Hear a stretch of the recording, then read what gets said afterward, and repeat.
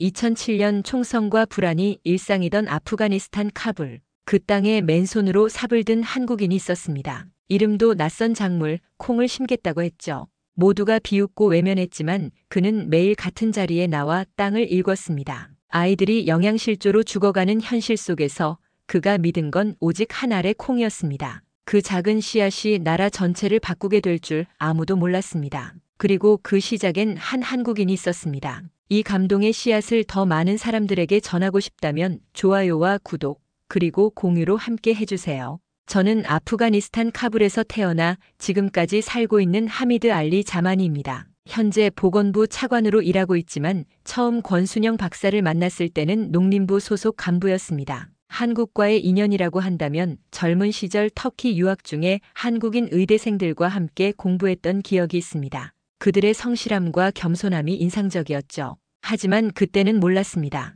훗날 한국에서 온 한 사람이 우리나라 전체를 바꿀 거라는 사실을 말입니다. 그가 처음 우리 사무실을 찾아왔을 때를 생각하면 지금도 얼굴이 뜨거워집니다. 2007년 봄이었죠. 당시 저는 농림부에서 국제협력 업무를 담당하고 있었습니다. 전쟁의 상처가 채 아물지 않은 시절 외국인들이 와서 이런저런 제안을 하는 일은 흔했습니다. 권순영 박사가 회의실에 들어왔을 때 솔직히 말하면 우리는 속으로 한숨을 쉬었습니다. 또 다른 이상주의자가 왔구나 싶었거든요. 그는 차분한 목소리로 말했습니다. 콩을 심고 싶습니다. 아프가니스탄 아이들에게 단백질이 필요합니다. 우리 부서장이 코웃음을 쳤습니다. 여긴 전쟁터입니다. 콩으로 뭘 하겠다는 겁니까? 하지만 권순영 박사는 아무 말도 하지 않고 고개만 끄덕였습니다. 그 조용한 반응이 오히려 어색했죠. 대부분의 외국인 전문가들은 자신의 경력을 자랑하거나 거창한 계획을 늘어놓곤 했는데 권순영 박사는 달랐습니다. 다음 날 아침 저는 출근길에 놀라운 광경을 목격했습니다. 우리 청사 뒤편 황무지에서 누군가가 맨손으로 땅을 파고 있었거든요. 가까이 가보니 권순영 박사였습니다. 양복 대신 작업복을 입고 모자를 눌러쓴 채 묵묵히 일하고 있었죠. 박사님, 뭘 하고 계십니까? 권순영 박사는 잠시 손을 멈추고 저를 바라봤습니다. 어제 말씀드린 콩밭입니다. 먼저 보여드리고 싶어서요. 그 순간 저는 이상한 느낌을 받았습니다. 보통 외국인 전문가들은 현지인들에게 일을 시키곤 했는데 권순영 박사는 직접 삽을 들고 있었거든요. 손에는 이미 물집이 잡혀 있었습니다. 며칠 뒤 소문이 퍼지기 시작했습니다. 한국인이 청사 뒤에서 농사를 짓고 있다는 이야기였죠. 호기심에 구경 나온 동료들은 대부분 고개를 저었습니다. 아프가니스탄 땅에서 콩이 자랄 리 없다고 생각했거든요. 하지만 권순영 박사는 매일 그 자리에 나와 물을 주고 잡초를 뽑고 정성스럽게 땅을 가꿨습니다. 비가 오는 날에도 모래바람이 부는 날에도 말입니다. 그의 뒷모습을 보며 저는 점점 궁금해졌습니다. 도대체 무엇이 이 사람을 이렇게 만드는 걸까? 어느 날 오후 저는 용기를 내어 권순영 박사에게 다가갔습니다. 정말 콩이 자랄 거라고 생각하십니까? 권순영 박사는 흙을 털어내며 조용히 대답했습니다. 자라야 합니다. 아이들이 기다리고 있거든요. 그때 저는 깨달았습니다. 이 사람은 단순히 농사를 짓는 게 아니라 무언가 더 큰 꿈을 품고 있다는 것을 말입니다. 한 달이 지나자 작은 새싹들이 돋아나기 시작했습니다. 청사 뒤편 황무지였던 곳에서 초록빛 생명이 자라나는 모습은 신기했지만 여전히 많은 사람들이 의심의 눈초리를 보냈습니다. 권순영 박사가 첫 수확을 마친 후 콩을 들고 시장으로 향했을 때가 정말 기억에 남습니다. 저도 몰래 따라가 봤거든요. 시장 상인들의 반응은 예상했던 그대로였습니다. 이게 뭐야? 외국 콩이라고? 우리 아이들이 이런 걸 먹어본 적 없는데. 한 상인은 콩을 집어들더니 코웃음을 쳤습니다. 아무도 사려고 하지 않았죠. 권순영 박사는 실망한 기색 없이 다른 상점으로 발걸음을 옮겼습니다. 하지만 결과는 마찬가지였습니다. 더 충격적인 일은 그 다음에 벌어졌습니다. 권순영 박사가 콩으로 만든 두유를 아이들에게 나누어 주려 했을 때의 일입니다. 아이들조차 낯선 음식을 거부했거든요. 한 아이는 한 모금 마시더니 얼굴을 찌푸리며 뱉어버렸습니다. 이상한 맛이야. 그 모습을 지켜보는 권순영 박사의 표정이 어땠는지 지금도 생생히 기억납니다. 좌절감이 스쳐 지나갔지만 곧 다시 차분한 미소를 지었죠. 저라면 벌써 포기했을 텐데 말입니다. 그런데 권순영 박사는 다음 날부터 병원으로 향했습니다. 카불 시내 소아병원이었죠. 저는 궁금해서 몰래 따라가 봤습니다. 병원 복도는 영양실조에 걸린 아이들로 가득했습니다. 앙상한 팔다리, 움푹 들어간 눈, 그리고 무기력한 표정들. 권순영 박사는 한참 동안 그 아이들을 바라봤습니다. 그리고 옆에 있던 간호사에게 조용히 물었죠. 이 아이들 단백질 부족이 심각하군요. 간호사가 한숨을 쉬며 대답했습니다. 매일 이런 아이들이 실려옵니다. 가난해서 제대로 된 음식을 못 먹거든요. 그 순간 권순영 박사의 눈빛이 달라졌습니다. 단순한 동정이 아니라 무언가 확고한 결심이 서린 눈빛이었어요. 병원을 나오면서 권순영 박사가 혼잣말처럼 중얼거렸습니다. 이 아이들을 도울 수 있습니다. 반드시 도와야 합니다. 그 후 권순영 박사는 더욱 열심히 움직였습니다. 낮에는 콩밭을 돌보고 밤에는 두유 제조법을 연구했죠. 작은 임시 가건물을 세우고 직접 콩을 갈아서 두유를 만들기 시작했습니다. 처음에는 맛이 이상했습니다. 아이들이 거부하는 게 당연했죠. 하지만 권순영 박사는 포기하지 않았습니다. 설탕을 넣어보고 향신료를 바꿔보고 농도를 조절해가며 끊임없이 실험했습니다. 어느 날 저녁 저는 권순영 박사가 혼자 가건물에서 뭔가를 연구하고 있는 모습을 봤습니다. 책상 위에는 온갖 종류의 시료들이 놓여 있었고 권순영 박사는 작은 컵에 담긴 두유를 조심스럽게 맛보고 있었죠. 박사님, 아직도 일하고 계십니까? 권순영 박사가 고개를 들었습니다. 피곤한 기색이 역력했지만 눈빛만은 여전히 또렷했어요. 내일 다시 병원에 가볼 생각입니다. 이번엔 조금 다를 거예요. 그리고 실제로 다음 날 기적 같은 일이 벌어졌습니다. 한 소녀가 권순영 박사가 건넨 두유를 마시더니 환하게 웃었거든요. 그 웃음을 본 순간 저는 전율을 느꼈습니다. 이건 단순한 농업 프로젝트가 아니었습니다. 권순영 박사는 아이들의 생명을 구하려는 거였어요. 그리고 그 순간부터 저의 생각이 완전히 바뀌기 시작했습니다. 그 소녀의 웃음 이후로 모든 것이 달라지기 시작했습니다. 권순영 박사가 병원을 찾아갈 때마다 저도 따라가게 되었거든요. 처음에는 호기심이었지만 점점 그의 철학을 이해하고 싶어졌습니다. 어느 날 병원에서 권순영 박사와 긴 대화를 나눌 기회가 있었습니다. 영양실조로 입원한 아이들을 돌아보고 나서 복도 벤치에 앉아 있을 때였죠. 박사님은 왜 콩을 선택하셨습니까? 권순영 박사는 잠시 생각에 잠긴 후 대답했습니다. 한국도 과거에 어려운 시절이 있었습니다. 그때 우리를 살린 것 중 하나가 콩이었어요. 단백질이 풍부하고 땅만 있으면 기를 수 있거든요. 저는 고개를 끄덕였지만 여전히 의문이 남았습니다. 콩 하나로 정말 이 나라의 영양 문제를 해결할 수 있을까요? 하지만 여기 사람들은 콩을 좋아하지 않습니다. 문화가 다르잖아요. 권순영 박사가 씁쓸하게 웃었습니다. 문화는 바뀔 수 있습니다. 하지만 아이들의 생명은 기다려주지 않아요.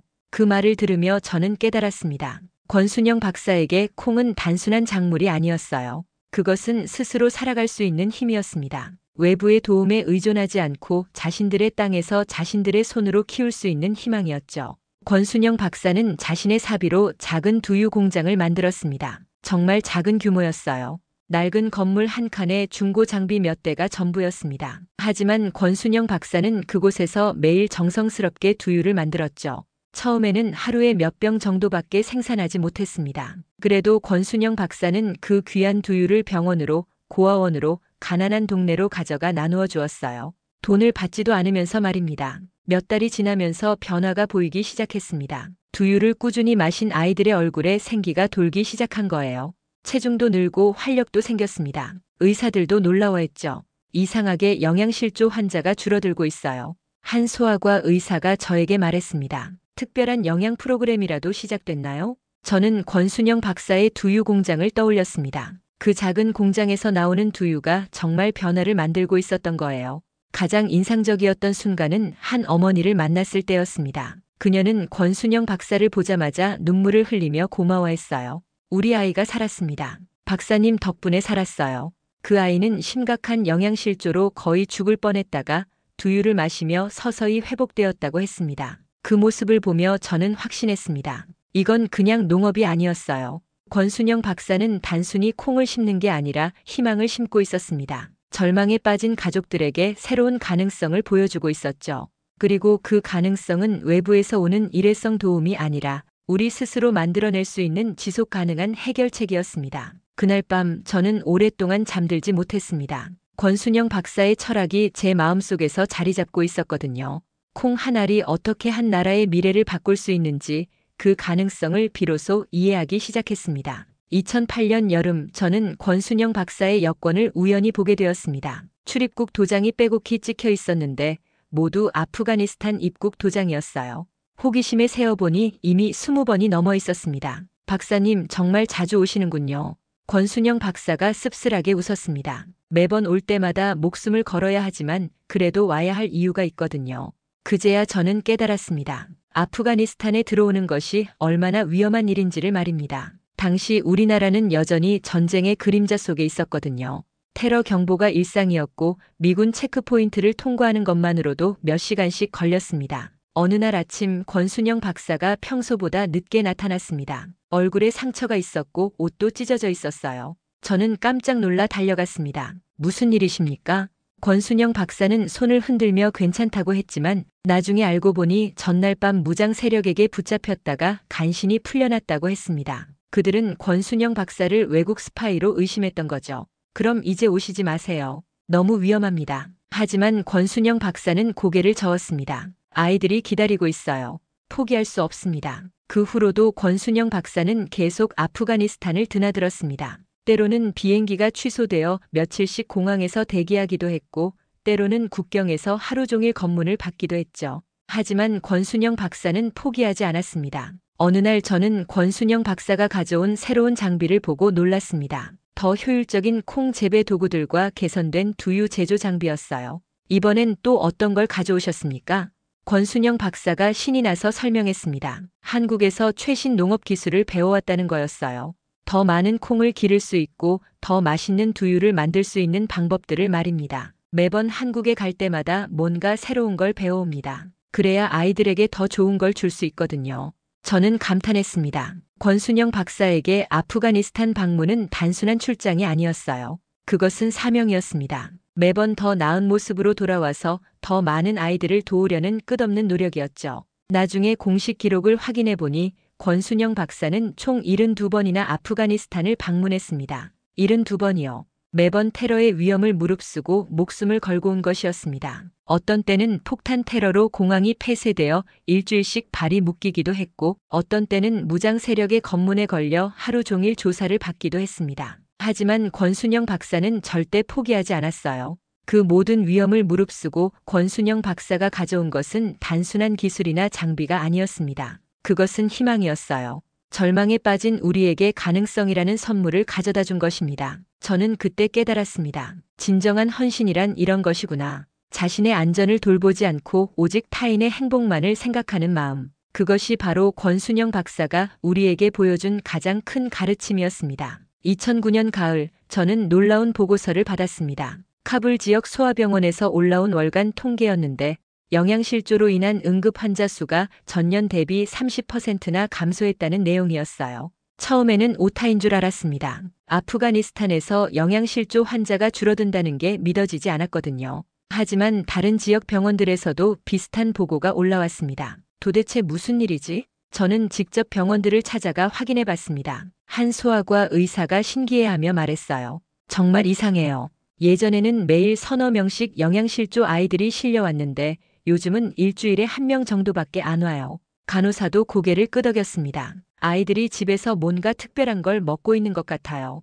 콩으로 만든 음료라고 하더라고요. 그제야 저는 깨달았습니다. 권순영 박사의 두유가 정말로 변화를 만들어내고 있었던 거예요. 조용하지만 확실하게 아이들의 생명을 구하고 있었습니다. 더 놀라운 일은 그 다음에 발견했습니다. 권순영 박사가 만든 작은 자립센터에서 지역 여성들이 직접 두유를 제조하고 유통하고 있었거든요. 처음에는 권순영 박사 혼자 만들던 두유가 이제는 10명이 넘는 여성들의 일자리가 되어 있었습니다. 우리도 이제 돈을 벌 수 있어요. 한 여성이 자랑스럽게 말했습니다. 남편 없이도 아이들을 키울 수 있게 됐어요. 모든 게 권순영 박사님 덕분이에요. 저는 가슴이 벅차올랐습니다. 이건 단순한 영양 개선 프로그램이 아니었어요.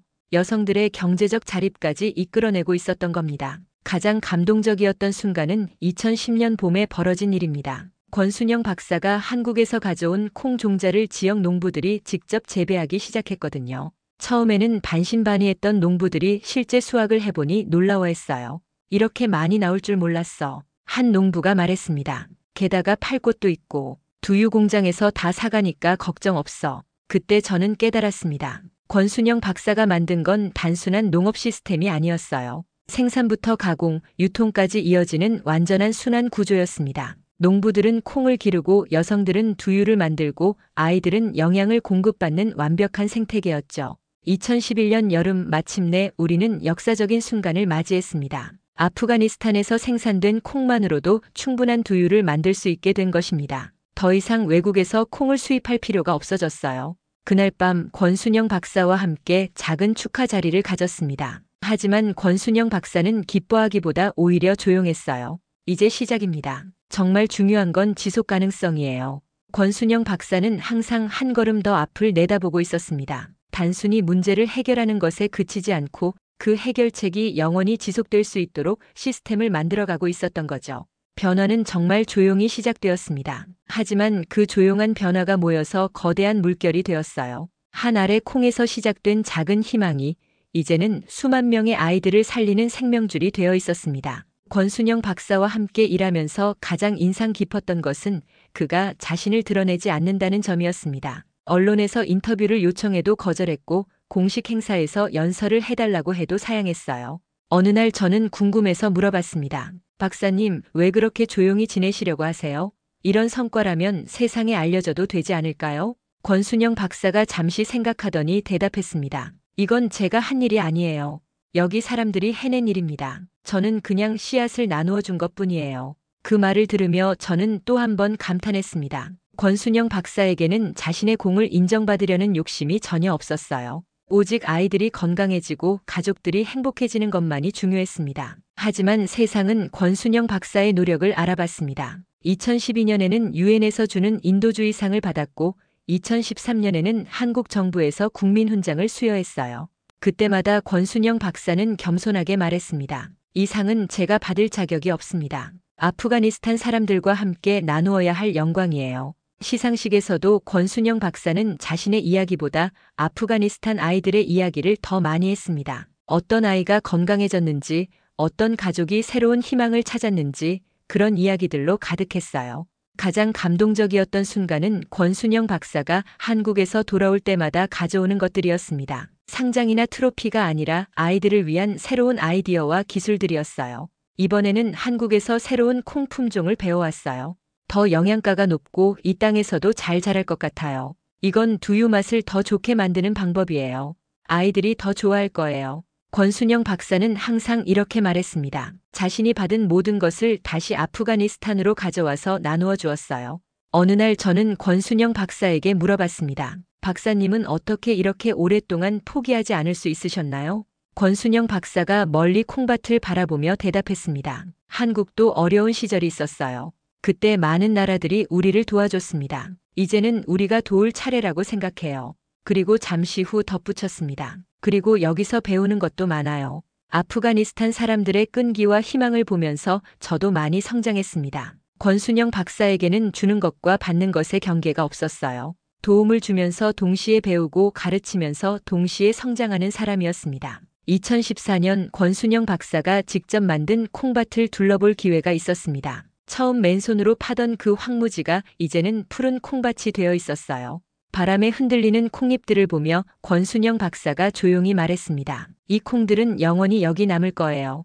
제가 떠나도 이 씨앗들은 계속 자라날 테니까요. 그때 저는 깨달았습니다. 권순영 박사가 정말로 심은 것은 콩이 아니라 신뢰였다는 것을. 한국인에 대한 신뢰, 외국인에 대한 신뢰, 그리고 무엇보다 우리 자신에 대한 신뢰를 심어준 것이었어요. 지금 이 자리에서 고백하자면 저는 권순영 박사를 처음에 무시했습니다. 아니, 무시를 넘어서 조롱했다고 해야 맞을 것 같습니다. 그 사실이 지금도 제 마음을 무겁게 누릅니다. 2007년 그가 처음 우리 사무실을 찾아왔을 때 저는 동료들과 함께 비웃었습니다. 회의가 끝난 후 복도에서 나눈 대화가 지금도 생생히 기억납니다. 콩으로 나라를 구한다고? 정말 순진한 생각이야. 외국인들은 항상 이런 식이야. 현실을 모르면서 이상론만 늘어놓지. 그때 저는 권순영 박사를 그저 또 다른 이상주의적인 외국인 활동가 정도로 생각했습니다. 몇 달 후면 실패를 인정하고 떠날 거라고 확신했어요. 더 부끄러운 일은 그 다음입니다.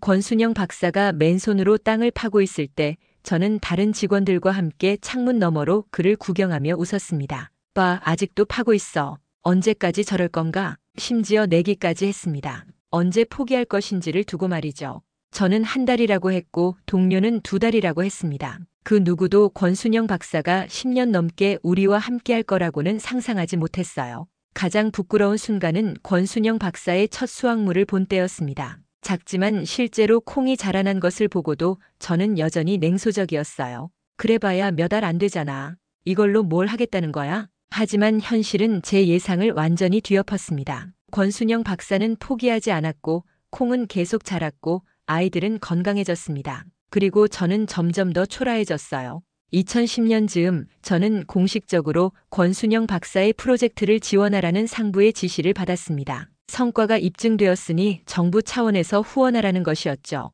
그때 저는 권순영 박사 앞에서 제대로 된 사과를 해야 했습니다. 박사님 죄송합니다. 처음에 박사님을 의심했던 것을 사과드립니다. 권순영 박사는 전혀 서운한 기색 없이 웃으며 말했습니다. 당연한 반응이었어요. 저라도 그랬을 거예요. 중요한 건 지금부터잖아요. 그 관대함이 오히려 더 부끄러웠습니다. 저는 그때 깨달았습니다. 권순영 박사는 우리의 의심과 조롱을 충분히 알고 있었지만 전혀 개의치 않았다는 것을, 오직 아이들의 건강만이 중요했던 거예요. 2015년 저는 한 국제 컨퍼런스에서 발표할 기회가 있었습니다. 아프가니스탄의 영양 개선 사례를 소개하는 자리였어요. 준비하면서 저는 권순영 박사의 업적을 정리해야 했습니다. 숫자로 정리된 성과를 보니 충격적이었습니다. 영양실조 환자 50% 감소, 여성 일자리 창출 200개, 자립농가 500가구. 이 모든 것이 한 사람의 신념에서 시작된 것이었어요. 발표 당일 저는 연단에 서서 이렇게 말했습니다. 권순영 박사는 아프가니스탄이 놓친 가장 큰 기회였습니다. 우리는 그를 처음부터 믿고 지원했어야 했습니다. 그러나 우리는 의심했고 그는 묵묵히 증명해 보였습니다. 그리고 마지막에 덧붙였습니다. 우리는 그를 잊지 않을 것입니다. 그리고 그의 정신을 이어받아 더 나은 아프가니스탄을 만들어갈 것입니다. 발표를 마치고 나서 저는 혼자 조용히 울었습니다. 후회의 눈물이었어요. 왜 그때 그를 믿지 못했을까? 왜 그의 순수한 의도를 의심했을까? 하지만 동시에 감사의 눈물이기도 했습니다. 권순영 박사 덕분에 저는 진정한 헌신이 무엇인지 배웠거든요. 그리고 그 가르침을 제 남은 인생에 적용하겠다고 다짐했습니다. 권순영 박사가 아프가니스탄을 떠난 건 2018년이었습니다. 갑작스럽게 떠난 게 아니라 몇 년에 걸쳐 천천히 현지인들에게 모든 것을 넘겨주고 나서였어요. 마지막 날 공항에서 그를 배웅하며 저는 말할 수 없는 아쉬움을 느꼈습니다. 정말 가시는 건가요? 권순영 박사가 고개를 끄덕였습니다. 이제 여러분이 충분히 할 수 있어요. 저는 다른 곳에서 또 다른 씨앗을 심어야 합니다. 그의 손가방에는 여전히 콩 종자 몇 알이 들어 있었습니다. 어디를 가든 새로운 희망을 심을 준비가 되어 있는 사람, 그게 바로 권순영 박사였어요.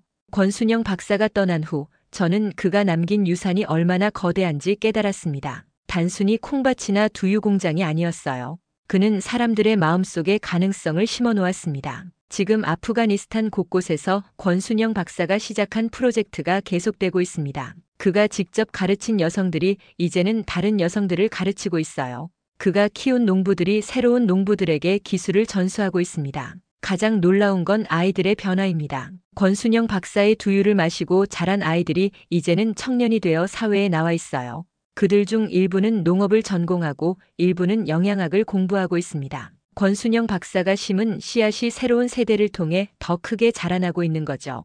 2020년 코로나 팬데믹으로 전 세계가 어려움을 겪을 때였습니다. 아프가니스탄도 예외가 아니었어요. 하지만 놀랍게도 우리는 다른 나라들보다 영양 부족 문제에서는 상대적으로 덜 고통받았습니다. 이유는 명확했습니다. 권순영 박사가 구축해 놓은 지역 농업 시스템 덕분이었어요. 외부에서 식료품을 수입하지 않아도 우리 스스로 충분한 영양을 공급할 수 있는 기반이 마련되어 있었던 겁니다. 그때 저는 다시 한번 깨달았습니다. 권순영 박사는 단순히 당장의 문제를 해결한 게 아니라 미래의 위기까지 대비할 수 있는 시스템을 만들어 놓았다는 것을. 현재 저는 보건부 차관으로서 권순영 박사의 철학을 정부 정책에 반영하려고 노력하고 있습니다. 외부 지원에 의존하지 않고 우리 스스로 문제를 해결할 수 있는 능력을 기르는 것. 그것이 진정한 발전이라는 권순영 박사의 가르침을 실현하려고 합니다. 이 영상을 보고 계신 여러분께 부탁드리고 싶습니다. 권순영 박사가 우리에게 준 건 콩 한 톨이 아닙니다. 그는 희망을 주었고 가능성을 보여주었고 무엇보다 사랑을 실천하는 방법을 가르쳐 주었어요. 여러분도 누군가에게 씨앗을 심어보세요. 그것이 작은 친절일 수도 있고 따뜻한 말 한마디일 수도 있습니다. 권순영 박사처럼 거창한 프로젝트가 아니어도 괜찮아요. 중요한 건 시작하는 마음입니다. 권순영 박사는 말했습니다. 한 사람이 세상을 바꿀 수 있다고. 그리고 그 한 사람은 특별한 능력을 가진 슈퍼맨이 아니라 그저 포기하지 않는 평범한 사람이라고. 지금 이 순간에도 어딘가에서 권순영 박사가 심은 콩이 자라나고 있습니다. 그리고 그 콩을 먹고 자란 아이들이 웃고 있어요. 그 웃음이 바로 권순영 박사가 우리에게 남긴 가장 소중한 유산입니다. 국경과 종교, 전쟁과 언어를 넘어서 세상을 바꾸는 건 결국 사람입니다. 한국인 권순영 박사는 그렇게 우리에게 씨앗을 심었습니다. 이제 그 씨앗을 키우는 건 우리의 몫입니다. 그의 이야기가 아프가니스탄에서 끝나지 않도록 이 영상이 또 하나의 씨앗이 되길 바랍니다. 여러분의 좋아요와 공유, 구독은 누군가에게 심는 신뢰일지도 모릅니다. 권순영 박사처럼 말입니다.